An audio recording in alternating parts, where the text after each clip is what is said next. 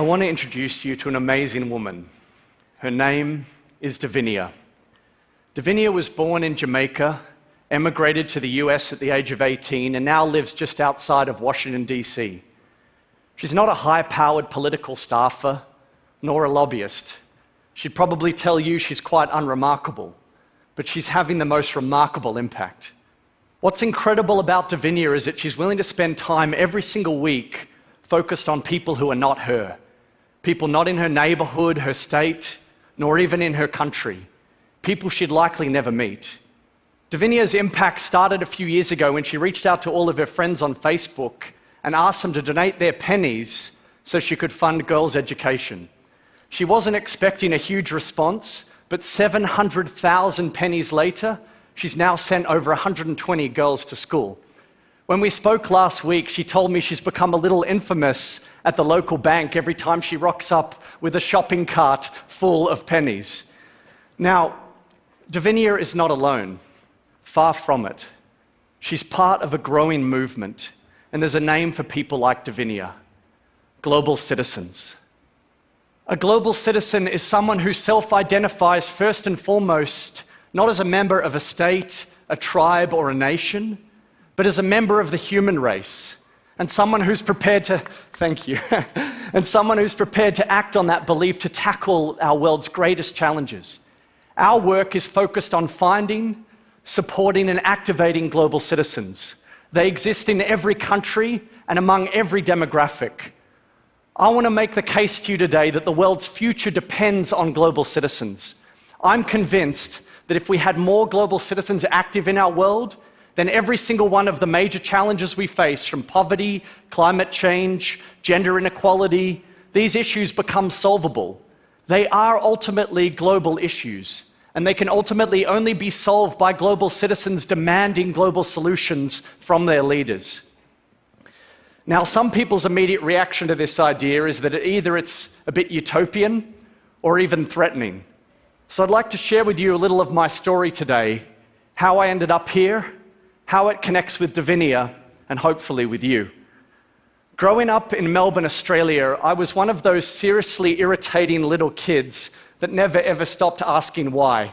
You might have been one yourself. I used to ask my mum the most annoying questions. I'd ask her questions like, "Mum, why can't I dress up and play with puppets all day? Why do you want fries with that? What is a shrimp, and why do we have to keep throwing them on the Barbie? And Mum, this haircut? Why?" The worst haircut, I think. Still terrible. As a Y kid, I thought I could change the world, and it was impossible to convince me otherwise. And when I was 12 and in my first year of high school, I started raising money for communities in the developing world. And we were a really enthusiastic group of kids, and we raised more money than any other school in Australia. And so I was awarded the chance to go to the Philippines to learn more. It was 1998. We were taken into a slum in the outskirts of Manila. It was there I became friends with Sonny Boy, who lived on what was literally a pile of steaming garbage. Smoky Mountain was what they called it, but don't let the romance of that name fool you, because it was nothing more than a rancid landfill that kids like Sonny Boy spent hours rummaging through every single day to find something, anything of value. That night with Sonny Boy and his family changed my life forever, because when it came time to go to sleep, we simply lay down on this concrete slab the size of half my bedroom with myself, Sonny Boy, and the rest of his family, 7 of us in this long line with this smell of rubbish all around us and cockroaches crawling all around. And I didn't sleep a wink, but I lay awake thinking to myself, why should anyone have to live like this when I have so much? Why should Sonny Boy's ability to live out his dreams be determined by where he's born, or what Warren Buffett called the ovarian lottery? I just didn't get it, and I needed to understand why. Now, I only later came to understand that the poverty I'd seen in the Philippines was the result of decisions made or not made, man-made, by a succession of colonial powers and corrupt governments who had anything but the interests of Sonny Boy at heart. Sure, they didn't create Smoky Mountain, but they may as well have. And if we were to try to help kids like Sonny Boy, it wouldn't work just to try to send him a few dollars or to try to clean up the garbage dump on which he lived, because the core of the problem lay elsewhere. And as I worked on community development projects over the coming years, trying to help build schools, train teachers, and tackle HIV and AIDS, I came to see that community development should be driven by communities themselves, and that although charity is necessary, it's not sufficient. We need to confront these challenges on a global scale and in a systemic way. And the best thing I could do is try to mobilize a large group of citizens back home to insist that our leaders engage in that systemic change.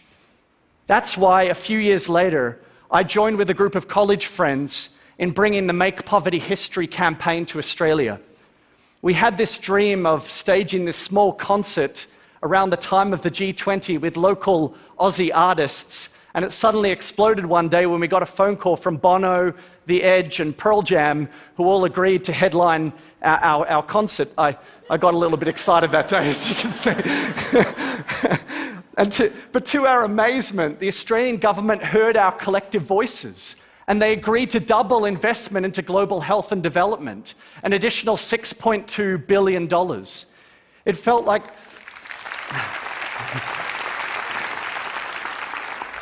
It felt like this incredible validation. You know, by rallying citizens together, we helped persuade our government to do the unthinkable and act to fix a problem miles outside of our borders. But here's the thing. It didn't last. See, there was a change in government, and 6 years later, all that new money disappeared. What did we learn? We learned that one-off spikes are not enough. We needed a sustainable movement, not one that is susceptible to the fluctuating moods of a politician or the hint of an economic downturn, and it needed to happen everywhere. Otherwise, every individual government would have this built-in excuse mechanism that they couldn't possibly carry the burden of global action alone. And so this is what we embarked upon. And as we embarked upon this challenge, we asked ourselves, how do we gain enough pressure and build a broad enough army to win these fights for the long term? We could only think of one way. We need to somehow turn that short-term excitement of people involved with the Make Poverty History campaign into long-term passion. It had to be part of their identity. So in 2012, we co-founded an organization that had exactly that as its goal. And there was only one name for it: Global Citizen. But this is not about any one organization. This is about citizens taking action. And research data tells us that of the total population who even care about global issues, only 18% have done anything about it. It's not that people don't want to act, it's often that they don't know how to take action, or that they believe that their actions will have no effect. So we had to somehow recruit and activate millions of citizens in dozens of countries to put pressure on their leaders to behave altruistically. And as we did so, we discovered something really thrilling. That when you make global citizenship your mission, you suddenly find yourself with some extraordinary allies. See, extreme poverty isn't the only issue that's fundamentally global. So too is climate change, human rights, gender equality, even conflict. We found ourselves shoulder to shoulder with people who are passionate about targeting all these interrelated issues. But how did we actually go about recruiting and engaging those global citizens? Well, we used the universal language, music. We launched the Global Citizen Festival in the heart of New York City in Central Park, and we persuaded some of the world's biggest artists to participate. We made sure that these festivals coincided with the UN General Assembly meeting so that leaders who need to hear our voices couldn't possibly ignore them. But there was a twist. You couldn't buy a ticket, you had to earn it. You had to take action on behalf of a global cause, and only once you'd done that could you earn enough points to qualify. Activism is the currency. I had no interest in citizenship purely as some sort of feel-good thing. For me, citizenship means you have to act, and that's what we required. And amazingly, it worked. Last year, more than 155,000 citizens in the New York area alone earned enough points to qualify. Globally, we've now signed up citizens in over 150 countries around the world, and last year we signed up more than 100,000 new members each and every week of the whole year. See, we don't need to create global citizens from nothing. We're already everywhere. We just need to be organized and motivated to start acting. And this is where I believe we can learn a lot from Davinia, who started taking action as a global citizen back in 2012. Here's what she did. It wasn't rocket science. She started writing letters, emailing politicians' offices. She volunteered her time in her local community. That's when she got active on social media and started to collect pennies, a lot of pennies. Now, maybe that doesn't sound like a lot to you. How will that achieve anything? Well, it achieved a lot because she wasn't alone. Her actions, alongside 142,000 other global citizens, led the US government to double their investment into Global Partnership for Education. And here's Dr. Raj Shah, the head of USAID, making that announcement. See, when thousands of global citizens find inspiration from each other, it's amazing to see their collective power. Global citizens like Davinia help persuade the World Bank to boost their investment into water and sanitation. Here's the bank's president, Jim Kim, announcing $15 billion on stage at Global Citizen.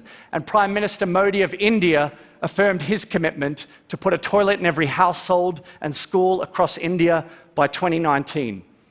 Global citizens, encouraged by the late-night host Stephen Colbert, launched a Twitter invasion on Norway.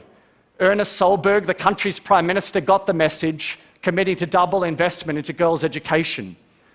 Global citizens, together with Rotarians, called on the Canadian, UK, and Australian governments to boost their investment into polio eradication. They got together and committed $665 million. But despite all of this momentum, we face some huge challenges.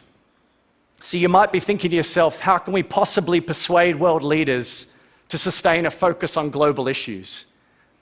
Indeed, the powerful American politician Tip O'Neill once said, all politics is local. That's what always got politicians elected, to seek, gain, and hold on to power through the pursuit of local or, at very best, national interests. I experienced this for the first time when I was 21 years old. I took a meeting with a then Australian Foreign Minister, who shall remain nameless, and behind closed doors, I shared with him my passion to end extreme poverty. I said, Minister, Australia has this once-in-a-lifetime opportunity to help achieve the Millennium Development Goals. We can do this. And he paused, looked down on me with cold, dismissive eyes, and he said, Hugh, no one gives a funk about foreign aid, except he didn't use the word funk. He went on, he said, we need to look after our own backyard first. This is, I believe, outdated, even dangerous thinking, or as my late grandfather would say, complete BS. Parochialism offers this false dichotomy because it pits the poor in one country against the poor in another. It pretends we can isolate ourselves and our nations from one another.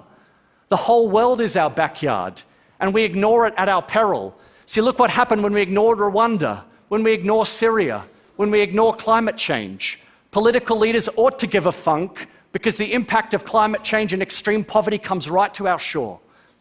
Now, global citizens, they understand this. We live in a time that favors the global citizen, in an age where every single voice can be heard. See, do you remember when the Millennium Development Goals were signed back in the year 2000, the most we could do in those days was fire off a letter and wait for the next election. There was no social media. Today, billions of citizens have more tools, more access to information, more capacity to influence than ever before. Both the problems and the tools to solve them are right before us. The world has changed, and those of us who look beyond our borders are on the right side of history. So where are we? So we run this amazing festival, we've scored some big policy wins, and citizens are signing up all over the world. But have we achieved our mission? No. We have such a long way to go. But this is the opportunity that I see. The concept of global citizenship, self-evident in its logic, but until now impractical in many ways, has coincided with this particular moment in which we are privileged to live. We, as global citizens, now have a unique opportunity to accelerate large-scale positive change around the world. So in the months and years ahead, Global citizens will hold world leaders accountable to ensure that the new global goals for sustainable development are tracked and implemented. Global citizens will partner with the world's leading NGOs to end diseases like polio and malaria. Global citizens will sign up in every corner of this globe, increasing the frequency, quality, and impact of their actions. These dreams are within reach. Imagine an army of millions grown into tens of millions, connected, informed, engaged, and unwilling to take no for an answer. Over all these years, I've tried to reconnect with Sonny Boy. Sadly, I've been unable to.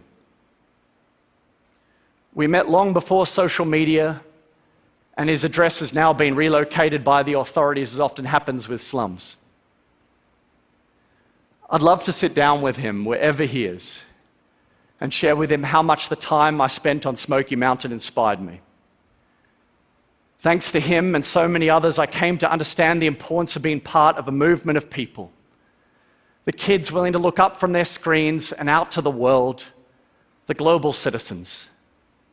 Global citizens who stand together, who ask the question why, who reject the naysayers, and embrace the amazing possibilities of the world we share. I'm a global citizen. Are you? Thank you.